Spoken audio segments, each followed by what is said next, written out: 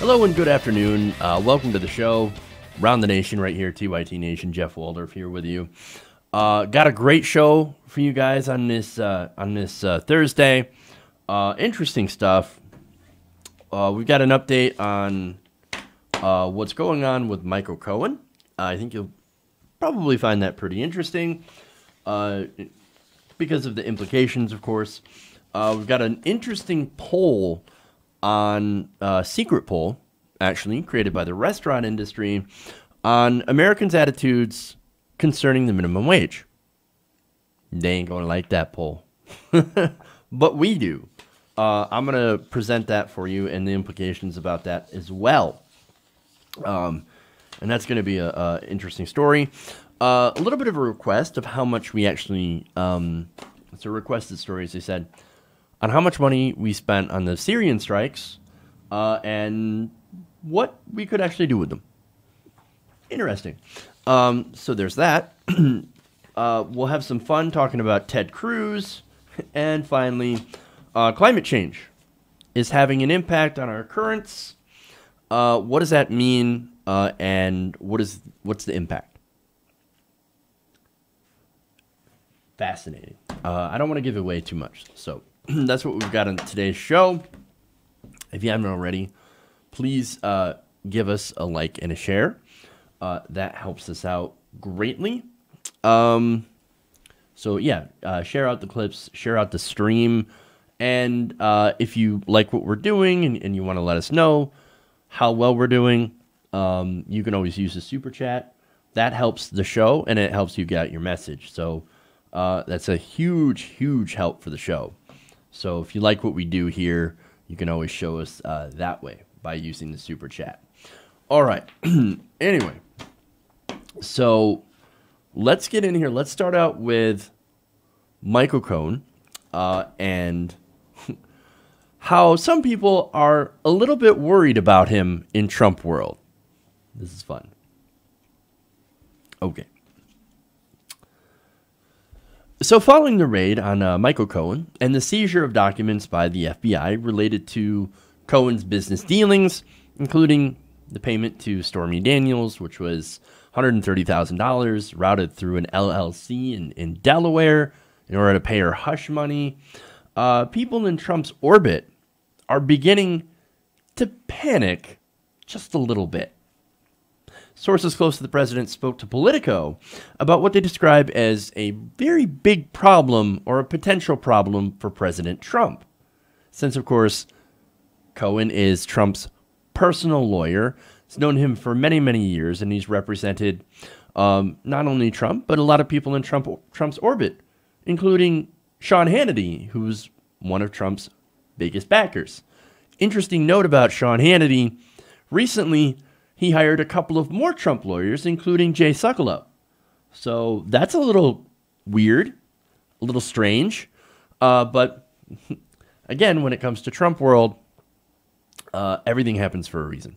And it's usually to cover up other shit that's happened. Anyway, now, according to the article, two sources close to the president said that people in Trump's inner circle have in recent days been discussing actively the possibility that Michael Cohen, long seen as one of Trump's most loyal personal allies, might flip if he faces serious charges as a result of his work on behalf of Donald Trump. So those charges include possible bank fraud, wire fraud, and different campaign finance violations. That, of course, is related to the payment to Stormy Daniels. So look, those are serious charges. There's nothing not serious about this. So if there is enough evidence to try and indict him on these charges, watch out. Watch out. Now, the New York Times also notes, right, that to serve a search warrant on a practicing attorney, which is what happened when we had the raid, the FBI raid on Michael Cohen, is, look, you had to have a really, really high bar in order to do this. Because, of course, there's the possibility that you could violate attorney-client privilege. So they had to get the top Justice Department officials to sign off on this raid. Now, in order to get that approval, you already had to have some pretty good evidence that suggests that you could find even more evidence if you do this raid. So, look, I'm just saying that you had to have a lot of probable cause in order to do this, so there has to be something there. There's very likely to be something there.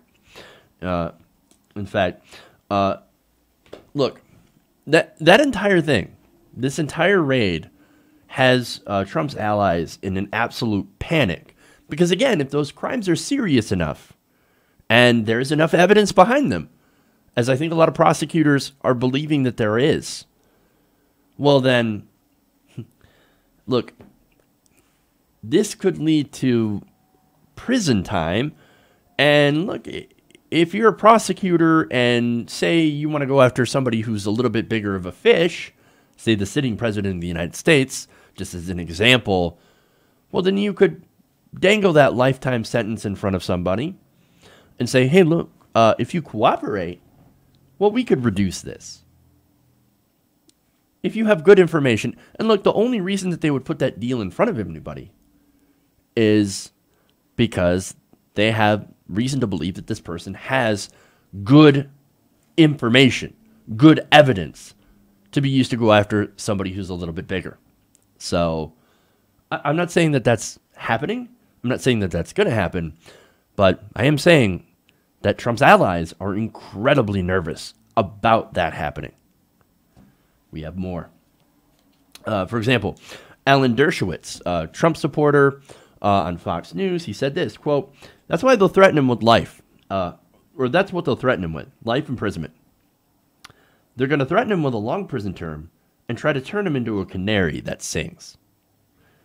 Well, I mean, surely Michael Cohen is fighting back, right? I mean, look, he's not known for being super nice. So let's get his reaction, right? In an interview with CNN last week, Cohen called that raid unsettling, to say the least. But also said in the same interview that the federal agents were, quote, extremely professional, courteous, and respectful. Oh, they were very courteous and respectful. And I believe that the raid on myself was unsettling. That's not the language Michael Cohen typically uses.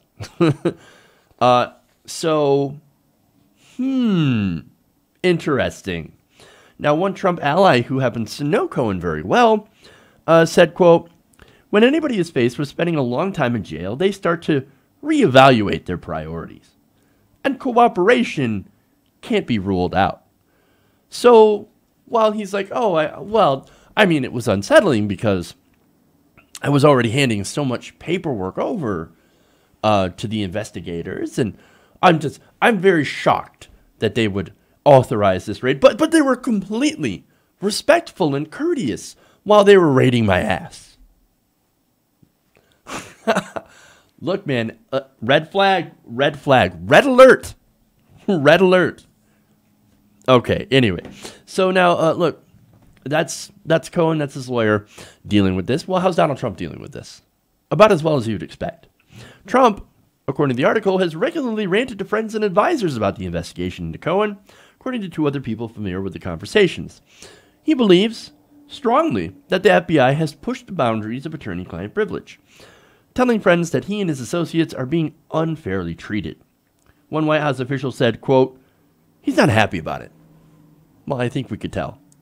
You know, from some of those super angry tweets that happened during the raid. Now, look, when it comes to attorney-client privilege, investigators have to be incredibly careful. That's why they have the unfortunately named Taint Team. I'm sorry. As I said, unfortunately named, that goes to try and make sure that whatever evidence is collected, they do it in a way that makes sure not to taint attorney-client privilege. So it is very much alive, unlike what President Trump had said on Twitter. Attorney-client privilege is dead. It's dead. No, it's very much alive. That's why they have the Taint Team. And they're definitely looking for your taint. Anyway, that's a very, very unfortunate visual that you will now not be able to get out of your head. You're welcome. Anyway, now Politico adds, Trump and his allies fear that documents and recordings that the FBI swept up from Cohen's home and office could come back to haunt the president, whose lawyers have joined Cohen's in New York in asserting his attorney-client privilege and are asking a federal judge to approve an independent review of the material. Okay. Now, a person close to the White House said of the files, quote, "Who knows what Cohen has in those files?" Well, to be sure, Cohen knows, and there's a good chance that the investigators will also know very soon. That, of course, has everybody very, very nervous, not just about the documents, but again, on Cohen himself and the possibility that he's going to flip. In fact, this is the discussion that they're having. They're talking about how much prison time Michael Cohen might end up serving. Now, one defense lawyer, this is somebody who represents a senior Trump aide in the Russia investigation. This is Robert Mueller's investigation, which is actually different than the Cohen investigation. So Robert Mueller, have to understand, he does not have access to this unless the FBI investigators that are looking into the Cohen matter find something that is related to the Trump-Russia investigation. Then they can hand over that material to Mueller. I have no idea if they had found anything that is related that they can give to Mueller, but it is entirely possible. And if it is, bad news for Trump. But anyway, now this lawyer says, quote, "I think for 2 years or 4 years or 5 years, Michael Cohen would be a stand-up guy. I think he'd tell them, go piss up a rope." Oh, now that sounds like the Michael Cohen we've gotten to know. However, he continues, quote, "But depending on dollars involved, which can be a big driver, or if they look at him and say, it's not 2 or 4 years, it's 18 to 22, then how loyal is he? Is he 2 years loyal? Is he 10 years loyal? Is he 15 years loyal? That's the currency. It's not measured in inches. It's measured in years. And that is a very important measurement indeed. Now, another Trump lawyer, Jay Goldberg, has an idea of how loyal Cohen is. He told the Wall Street Journal recently that he spoke with Trump last Friday about Cohen and warned the president against trusting Cohen if he is facing criminal charges. Goldberg said he warned Trump that Cohen, quote, "isn't even a 1 on the scale of 1 to 100, where 1 was remaining fully loyal to the president." I'm sorry, 100 was remaining fully loyal to the president. He's a 1. Don't trust Cohen. Don't trust Cohen. He's gonna shiv you in the back, dude. That's what's gonna happen. And look, there's a possibility, a good possibility, that Cohen's gonna flip. In fact, some of the recent news that came out today is that Cohen had just dropped 2 libel lawsuits on Wednesday against BuzzFeed and Fusion GPS. Now, this has to do with the Steele dossier. Cohen's attorney, David Schwartz, told the court that the voluntary decision to drop the lawsuits was needed, quote, "given the events that have unfolded and the time, attention, and resources needed to prosecute these matters. We have dismissed the matters despite their merits." So what does that mean? It means that, holy shit, we've got to pay attention to this and only this. We cannot have our time divided between these libel lawsuits. No. Those don't matter at all right now. Okay? We need to focus on this. All hands on fucking deck. Because Michael Cohen, it looks like a good possibility that he's going down. Big red flag. Now, look, there is a chance that he could get a presidential pardon as well. So he could be holding on for that. Fair enough. For example, we go to Paul Rosenweiss. Now, he's a senior fellow at the nonprofit R Street Institute and a former senior counsel during Ken Starr's investigation into President Bill Clinton. He said, quote, of this pardon thing, they're going to squeeze him like a grape. I think in the end, he'll pop unless Trump pardons him. So that's interesting. And I love the analogy. They're going to squeeze him like a grape. Ooh. Now, what's interesting about a presidential pardon is that it wouldn't save him from the state investigation because New York right now is looking at their double jeopardy laws. So they're preparing for the possibility that Cohen could get pardoned by the president. And a big indicator that that is possible was the recent pardon of Scooter Libby. That was a message to Manafort and Cohen. Hey, if the shit hits the fan, then I might give you a pardon, a presidential pardon. But again, that might not save him from state investigators in New York. So that's interesting. Even with a pardon, there could still be a huge problem for President Trump. Now, let me go to a last quote from John Dean.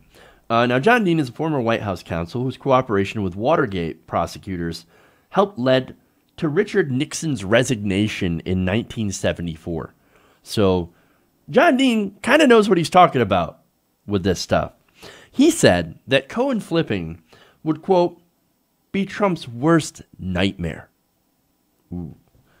And he said of New York, if they do amend their double jeopardy laws, he says that if there's any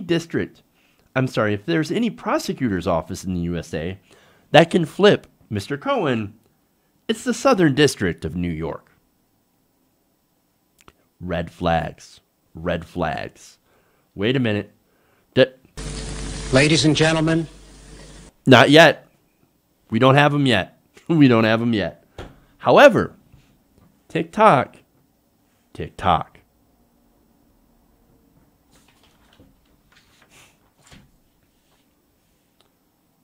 God, I love this show. All right. Let's move on here. Let's talk about Syria real quick. Okay. I'm going to skip ahead and go to Syria. I think that's an important story. All right.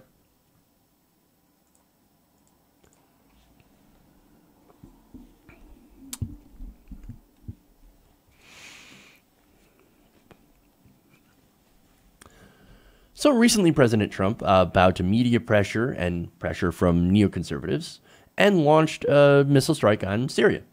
So I was very much against that, and there were a lot of people, both left and right, that were very against that. Now, one of the reasons to be against that strike is not only because the possibility of putting us into a war, which thankfully at the moment seems like it did not. Nonetheless, there are other arguments against it, like human suffering, for example, and of course, the fact that we're spending money, again, on bombing another country when we could actually be doing stuff here. How much money? Well, I'm about to give you a figure. Now, the U.S., according to a lot of different estimates here, fired about 66 Tomahawk cruise missiles on 3 different Syrian targets. Now, it turns out that these missiles cost about $1.4 million each. So 66 missiles at $1.4 million. Now, those are just the Tomahawk missiles, right? Now, the U.S. also fired about 19 different kinds of missiles on Syria as well, for a cost of about $26.6 million. Now, let me give you a little bit more detail about one of these missiles. This is Lockheed Martin's Joint-to-Air Surface Standoff Missile. So this basically is a long-range air-to-ground missile. That missile can strike about 500 miles away and has a cost of $1.4 million each, right? So That brings the total cost to about $26.6 million for the 19 missiles of that type we also launched into Syria. Now, in addition, the Air Force deployed a pair of B-1B Lancers. That's a strategic bomber. And that aircraft is believed to have an operating cost of about $95,000 per flight hour, although we don't know how long they were deployed.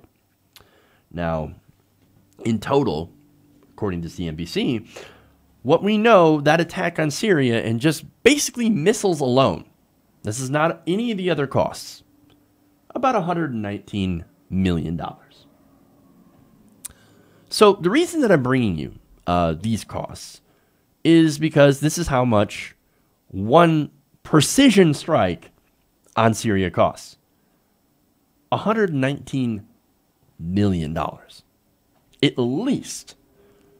Again, not including refueling costs and the cost for getting things ready for an attack, all that stuff. Fuel for the planes and the carriers, the submarines and things that they launch the missiles from, the destroyers, all that. So, again, there's context here. Now, the problem that I have with this strike is not just because of the material cost, which, as I said, is incredibly high, but also the cost in human lives, the cost in infrastructure. And speaking of infrastructure, what we're not spending money on, fixing our own infrastructure. Now, as I said before, we could pay, with this missile strike, we could have paid for the cost of replacing all the old pipes in Flint. You know, those lead pipes that, by the way, are still not delivering clean water to the residents of Flint, who still pay an outrageously high water bill for basically what is poison. That would have cost $55 million. That is about the cost of 40 Tomahawk missiles. Look, we seem to always have enough money to bomb other countries. It seems like it, right? However, it also seems like we never seem to have enough money in order to fix our stuff at home, to make it so that people in one of the bigger cities have clean drinking water that is not contaminated with lead. Isn't it funny how that works? Now, look, in reality, of course we have the resources, we have the money. It's just that the government ends up choosing war every single time. Oh, no, we're going to put that money into attacking people. We're going to put that money into bombing more brown people, which in reality, that money goes straight into the pockets of the defense contractors. Now, speaking of defense contractors, of course, they lobby our politicians relentlessly in order to give them more contracts. Now, what's the result of that? What do they get in return? Well, in return, they make millions, even billions of dollars. For example, Raytheon, that's the company that makes the Tomahawk cruise missile, of which we fired 66 into Syria. They made, in stock options alone, right?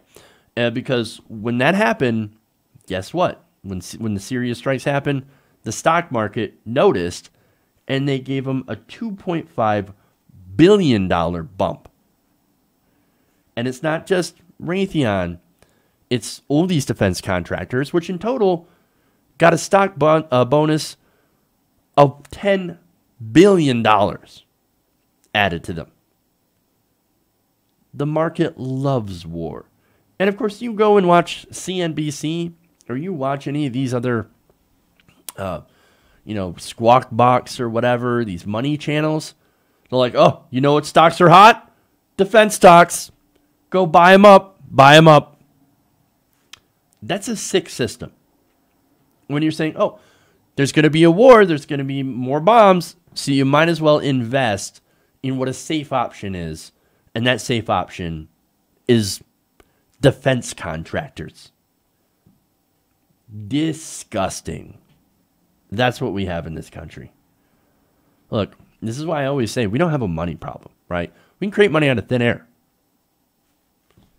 what we do have is we have a resource allocation problem. And that is because we have too many special interests and too much money in politics.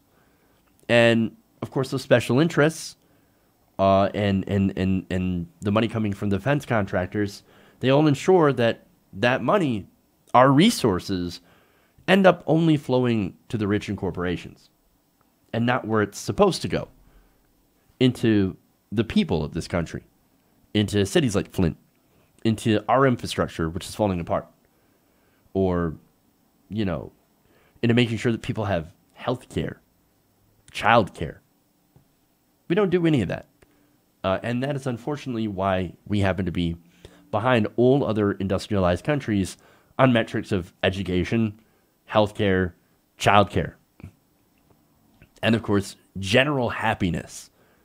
We're feeding the war machine. We're feeding the military-industrial complex. And that's not what we should be doing. Okay.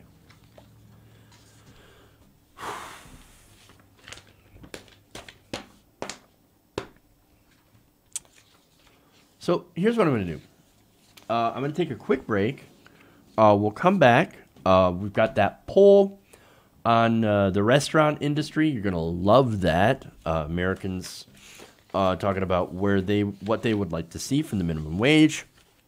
Ted Cruz, and then, of course, the incoming ocean disaster. You're not going to want to miss that story. All right. So we're going to take a break. We'll be back. Stay right here. Round the Nation.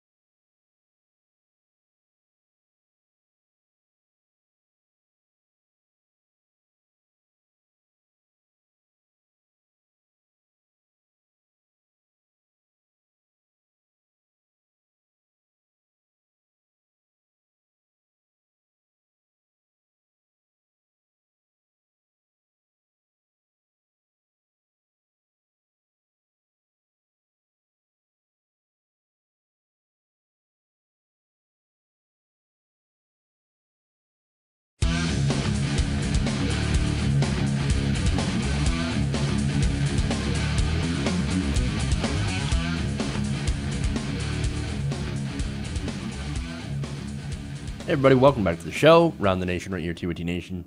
If you haven't already, please give us a like and a share. It helps us out greatly. Another way to help the show is to use the super chat. So you can send a super chat, goes to help the show, and we'll read your message. Because you can tailor a message to us, ask a question, leave a comment, anything like that. And that, as I said, helps us out greatly. And that's a way for you to fund the show. All right. That said, let's go to our next story. You're going to love this. minimum wage. Okay, money bombs, go.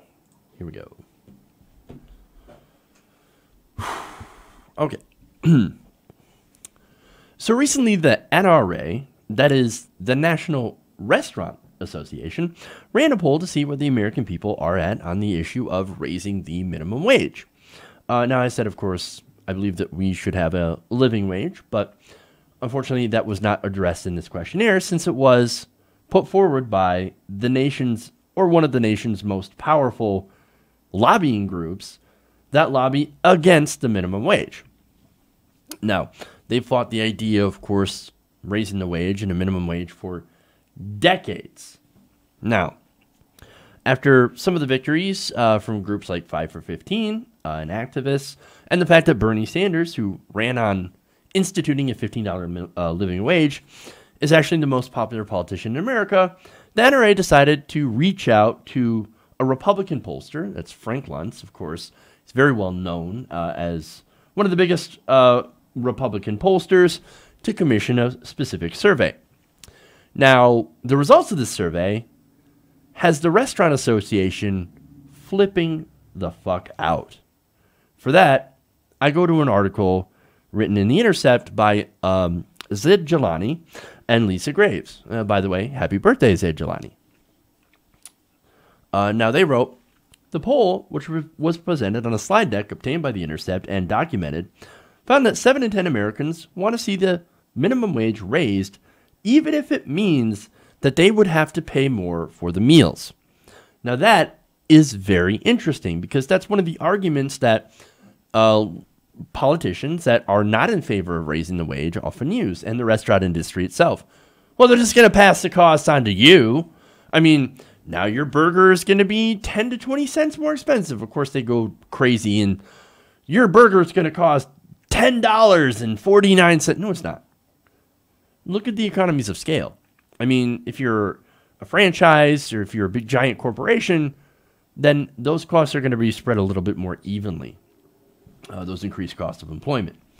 So, but still, almost 3/4 of Americans polled say we don't care. We want to make sure that the people that are making our food are able to live. Again, they're not happy about this. Now, it also found, and as I just mentioned, that the various talking points used by the industry to try to get people to not be in favor of the minimum wage, or raising the minimum wage, I should say, are not effective with the public. Now, as I said before, the poll found that about 71% of people surveyed support raising the minimum wage to at least $10 an hour, even if it means that they will incur more costs in order to pay that wage. Now, that's an overwhelming majority. Now, that said, I believe in a living wage, as I said, $15 an hour at least. And look, to make the case that it needs to be raised more, let's sort of compare it to how much people at these various fast food industries or fast food chains make. Millions and millions of dollars. In fact, even the National Restaurant Association CEO makes millions and millions of dollars. In fact, the NRA had paid its own CEO, Don Sweeney, more than $3.8 million in total compensation. That includes a bonus of $1.7 million. Okay. Now, Jelani notes that if her total compensation were computed to be an hourly wage, they would make $1,867.88 per hour, if, of course, it was adjusted to inflation about 4 years ago. So that would take a minimum wage worker at $7.25 an hour, 247 hours, or 6 weeks of full-time work to earn. Imagine your shift for the week being 6 weeks long. So, damn, that's full-time work. A lot of people working in fast food, they don't get full-time. They get 20 hours a week, 24 hours a week, 32 a week. So, I mean, that's a lot of money. Now, there's more. Let's go to the messaging, right? And how their messages are not resonating with the American people. Now, one of the arguments, of course, made by industry executives is that, hey, man, look, you're going to raise costs. Well, I mentioned that earlier, right? Overwhelming majority of Americans are saying we would pay more to support a fair wage. Now, the pollster specifically asked this question. If you had to choose, you would say that the government should increase the federal minimum wage, even if it also increases the cost of food and services to customers. 71% of Americans said absolutely. Now, in the words of Alliance Global, they said, quote, they want the increase in spite of the costs. Again, Americans are like, yes, go ahead and charge me a little bit more from a burger. That, as long as it allows somebody who is working to not be in poverty, so they can actually have a better standard of living. And look, the increase in costs, by the way, are beneficial for the American taxpayer. Let me explain. So if you have people that are actually making a wage that they can live off of, then that's going to reduce the need for welfare programs. See, if you have people making more money and actually being able to live on that money, they wouldn't need food stamps. They wouldn't need Medicaid. So that would actually save taxpayer money. Fascinating, right? At least that's how the general thinking goes. So I think that argument is actually really effective when it comes to regular people who don't quite understand how the economy works, but sort of in general, right?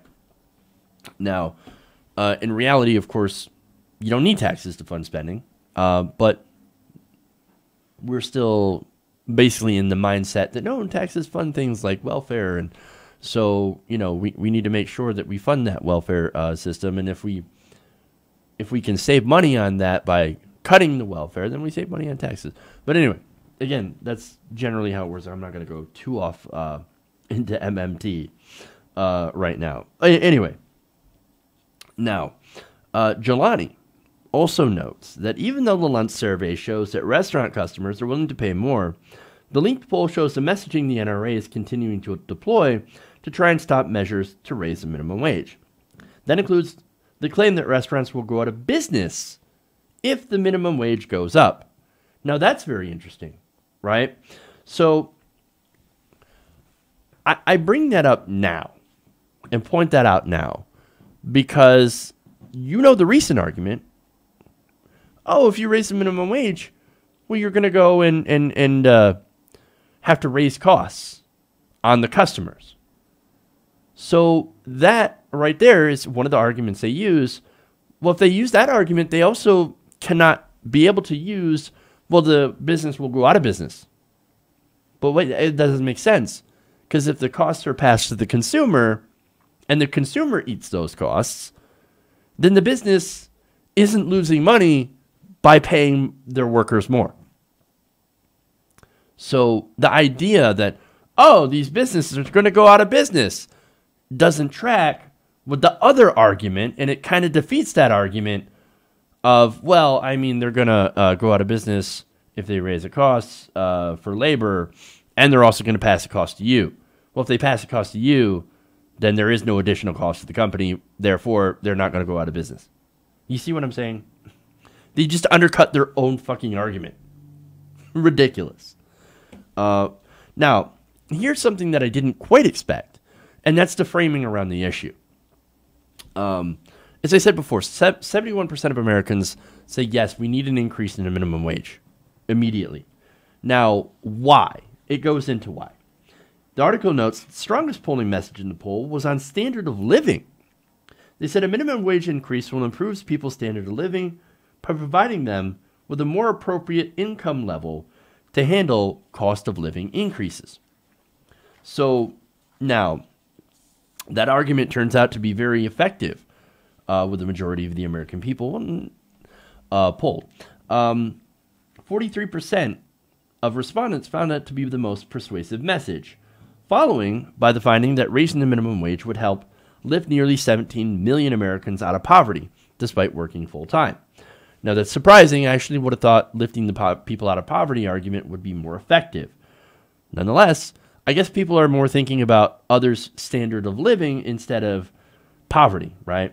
So that's good because, in a way, because Americans say that if you believe that if you work, or they believe that if you work, you deserve a decent living, a decent standard of living. And look, when you look at our work-obsessed culture, that kind of makes sense, right?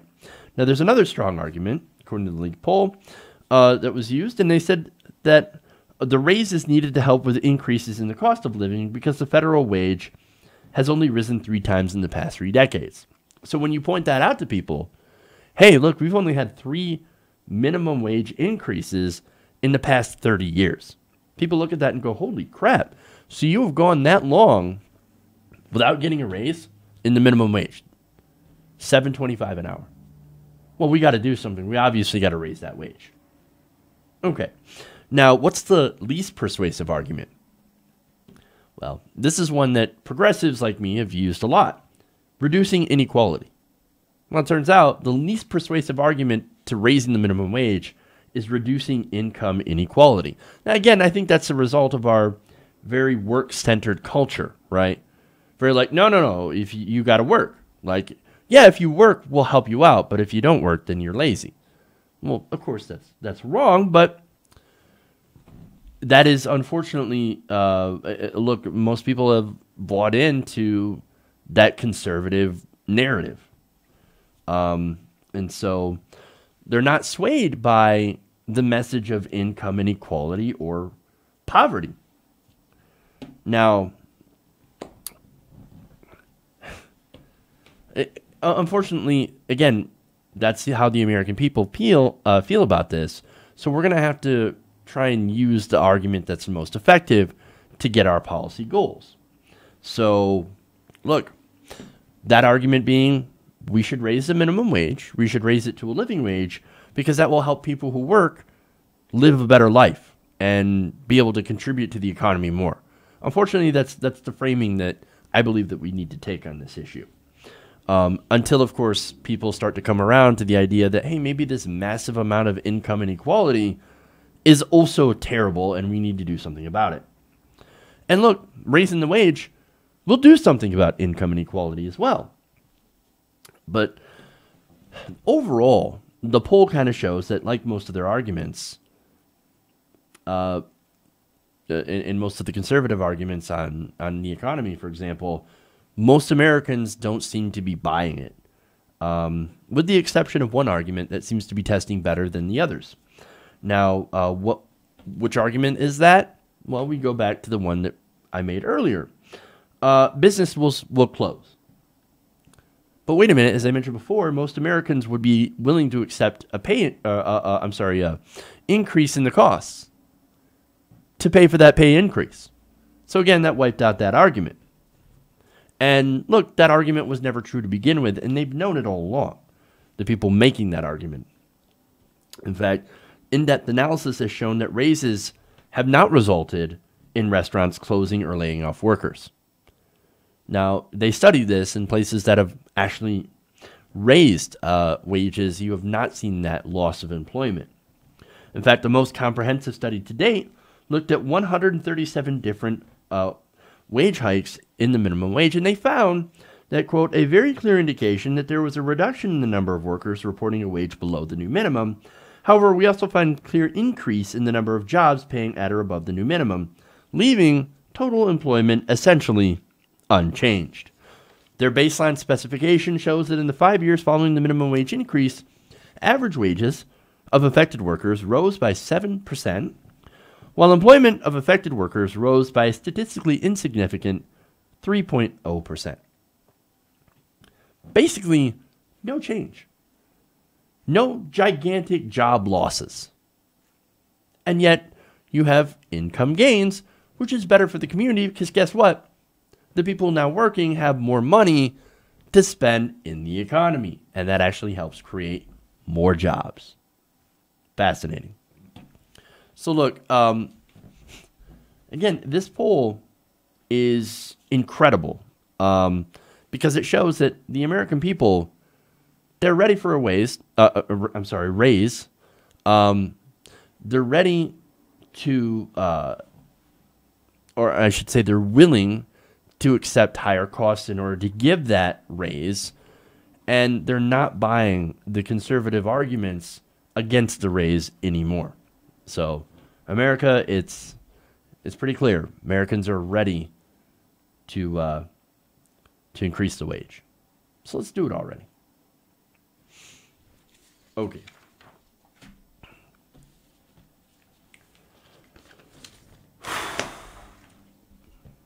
Let's move on.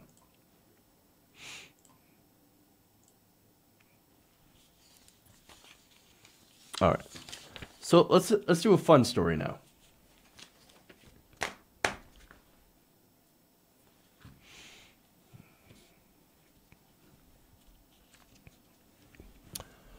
So Ted Cruz is being mercilessly mocked by the internet, and I absolutely love it.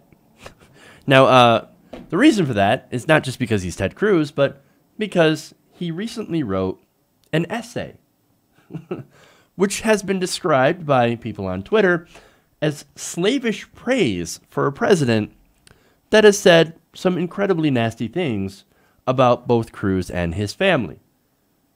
Now, let me give you an example of that. During the 2016 presidential primary, then candidate Donald Trump had called Ted Cruz a liar. Okay, well, that's simple. I mean, to be honest, Ted Cruz is a liar. But so is Donald Trump. He's pathological. But where it got super personal is where Donald Trump attacked his wife's appearance and had even spread the conspiracy that Ted Cruz's father helped kill John F. Kennedy. He was one of the assassins of President Kennedy. That's an insane conspiracy theory. Crazy, right? Now, and as the Toronto Star reporter Daniel Dale pointed out, Cruz ended his presidential bid in 2016 by calling Trump, quote, utterly amoral, a pathological liar, and a narcissist at a level I don't think this country has ever seen. So that's interesting, right? So the primary between Cruz and Trump, very, very contentious. Well, they appear to have mended their bridges because Cruz has agreed to write an essay praising Trump as part of Time Magazine's series on the most influential people in the world. Now, I want to read this to you because of how sad and pathetic it is. He writes, President Trump is a flashbang grenade thrown into Washington by the forgotten men and women of America. The fact that this year, his first year as commander-in-chief, disoriented and distressed members of the media and political establishment is not a bug, but a feature. The same cultural safe spaces that blinkered coastal elites to candidate Trump's popularity have rendered them blind to President Trump's achievement on behalf of ordinary Americans. I'm going to stop there for a second. What achievements? Is there any achievements for actual average Americans? Wages really haven't gone up. The tax cuts haven't really had much of an impact, other than most of them, 83% of them, going to the absolute richest Americans and corporations.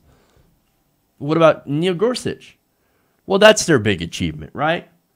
Oops. Turns out Neil Gorsuch just voted against Trump when it came to deporting criminals. Oops.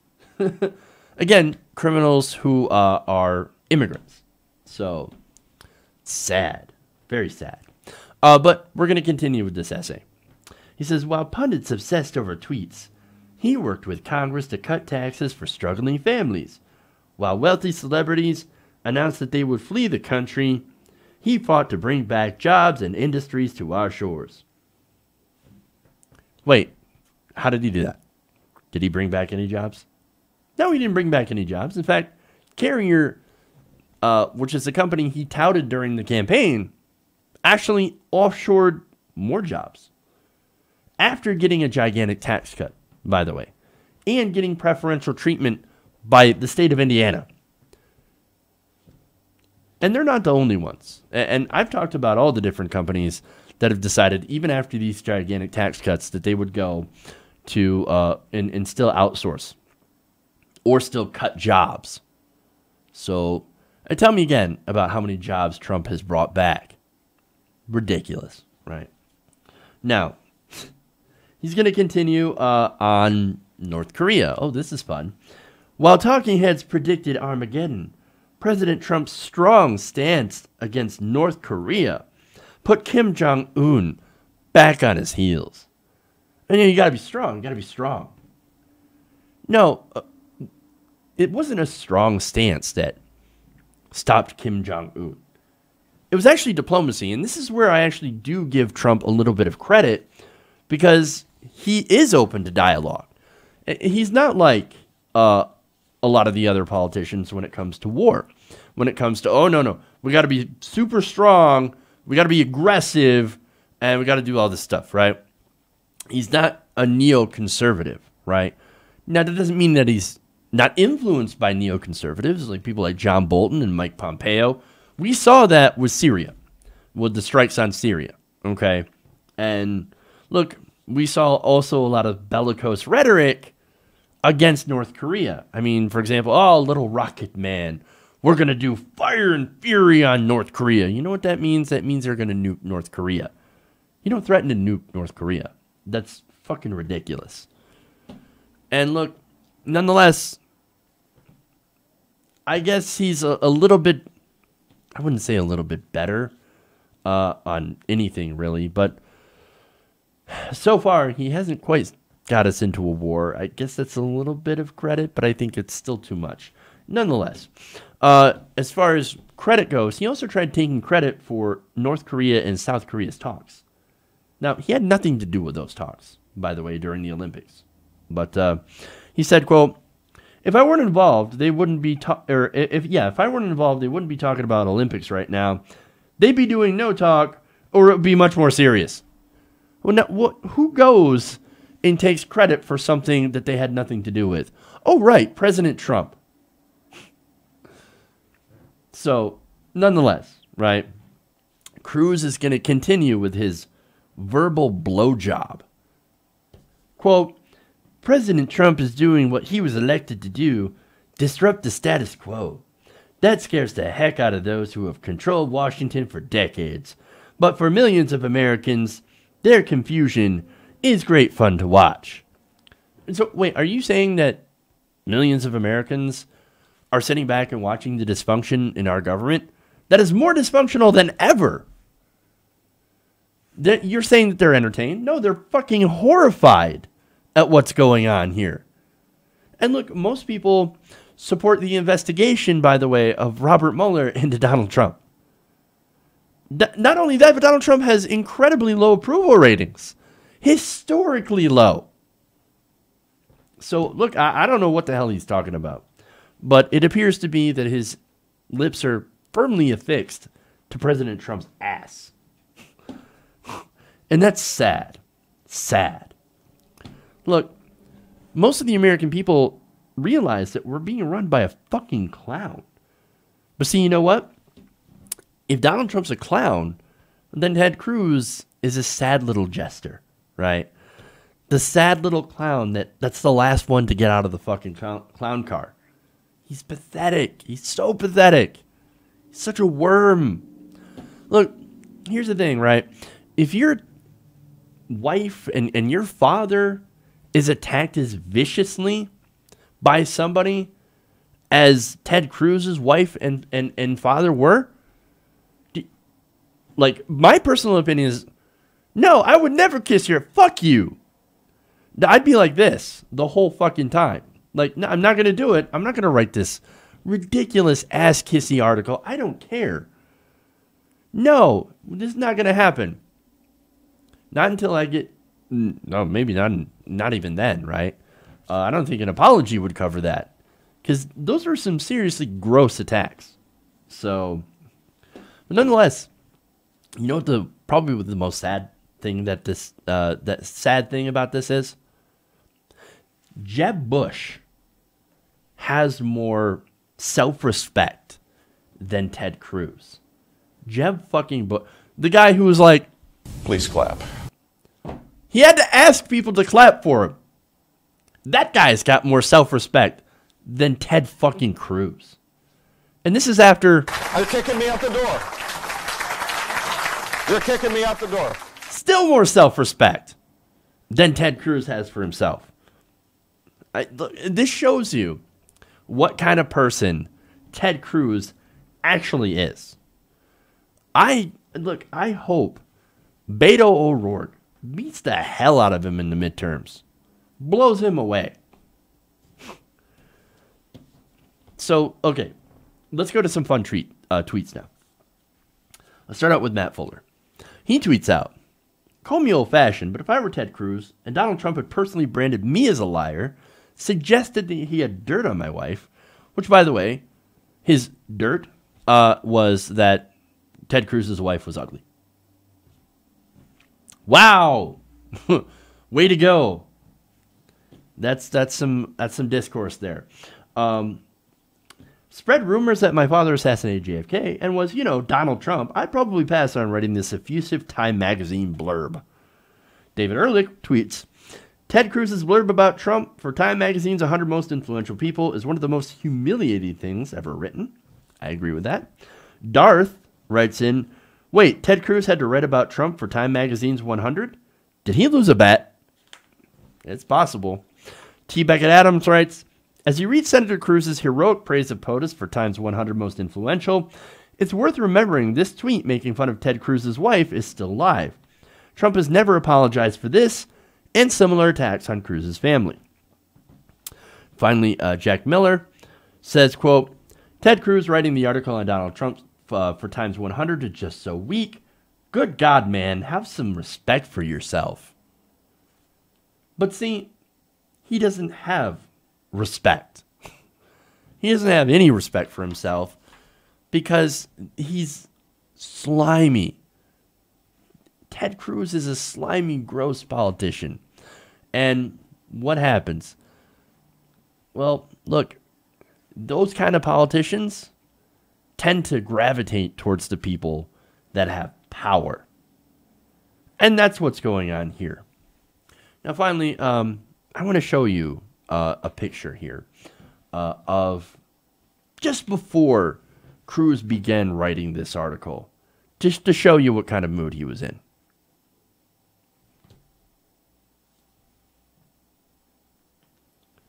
You knew I was going to do that. Sad. Okay.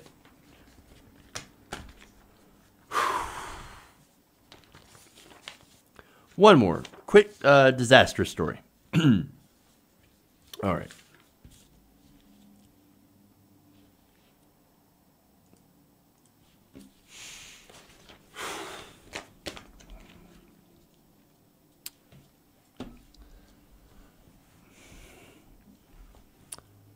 So a new study that just came out about climate change shows how it is messing with the ocean.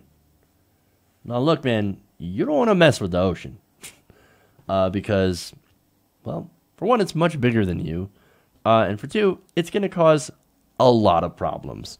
Now, I'm going to get into those problems here. But first, Washington Post reports that the Atlantic Ocean circulation that carries warm water into the northern hemisphere's high latitudes is slowing down due to climate change, according to a team of scientists.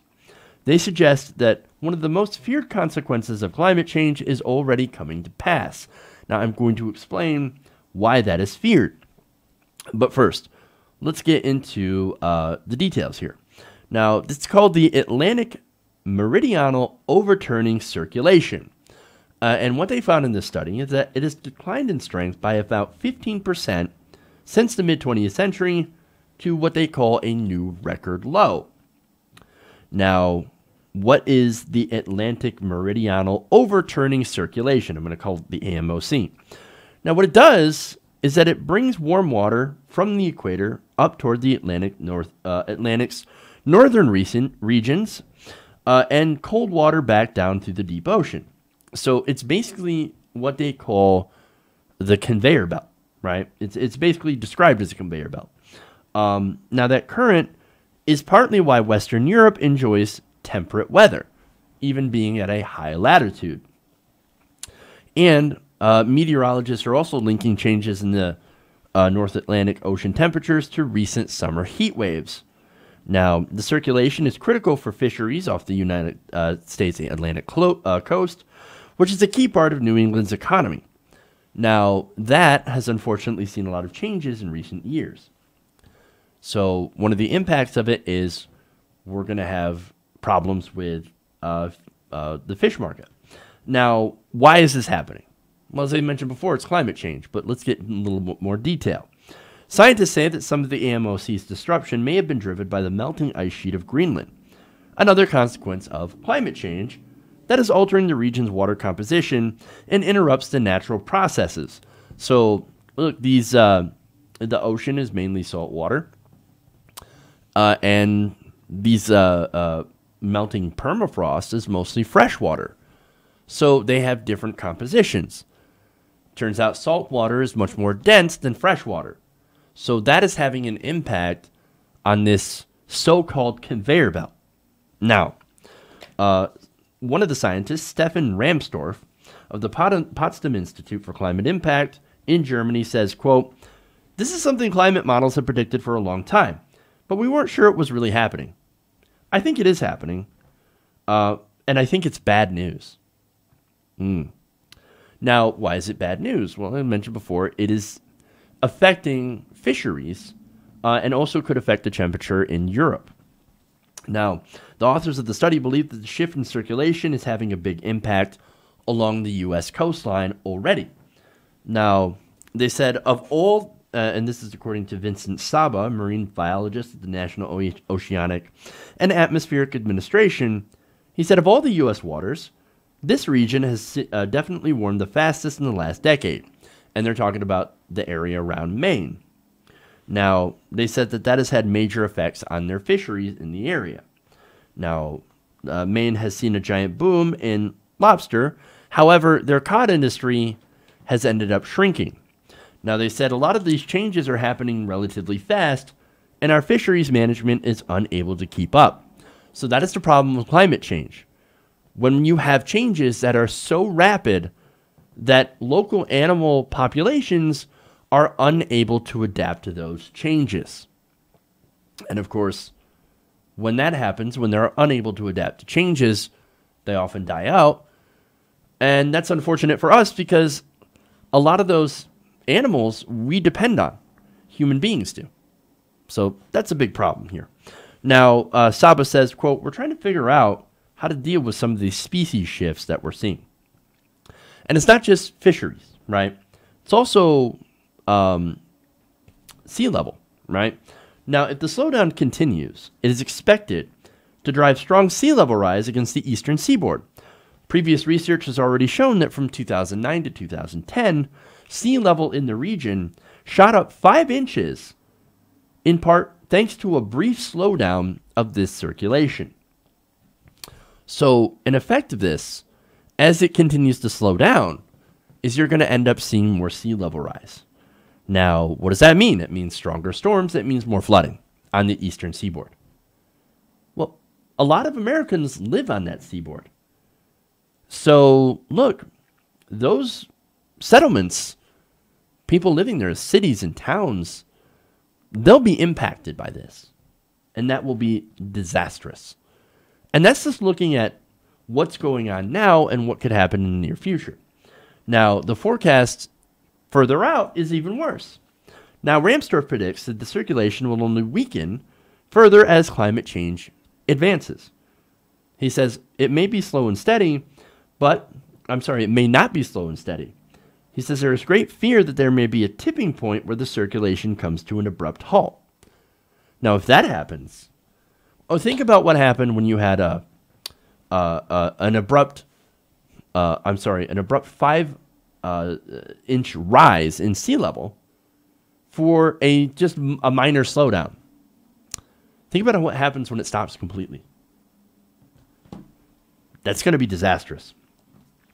Now, Ramsdorf says, I think in the long run, Greenland will start melting even faster, so I think the long-term prospect for that ocean circulation system is that it will weaken further. And I think that's going to affect us all, basically in a negative way. So that's not good. This is bad news, right? And look, hey, no, we're just going to keep ignoring climate change as a species, especially as America, because, hey, man, climate change is just a hoax from the Chinese to try to kill our manufacturing sector. That's what our president says. That's why he pulled us out of the Paris Climate Agreement. That's why he put Scott Pruitt in charge of the EPA, who was sitting there and deregulating industry as we speak and trying to eliminate regulation on carbon emissions, pulling us out of the Clean Power Plant. And he's doing this, and they're all doing this, so that, oil companies and coal companies can get a little bit more profit? Look at the damage that we're doing. Look at the damage that they're doing to our environment. Again, our environment is actually incredibly fragile. And what happens when you change the environment faster than what species can adapt to, you end up having huge, huge problems, right? So this is just one gigantic negative consequence of burning fossil fuels for profit. And look, this is just one. There's going to be so many more as the future continues to grow, to get here, Look, there's only so much we can push our environment before they start pushing back. And once it does, we're not going to be able to stop it. So, not good. Okay. That's it. That's all I got for you guys today. If you haven't already, please give us a like and a share. Also, please make sure, if you like the show, donate to our Patreon, patreon.com/TYT Nation. Also, during our live streams, you can super chat us. So I don't think I have any super chats today. Okay. Anyway, that's it. Love you guys. And remember, change begins with you. Good night, TYT Nation. We'll see you tomorrow.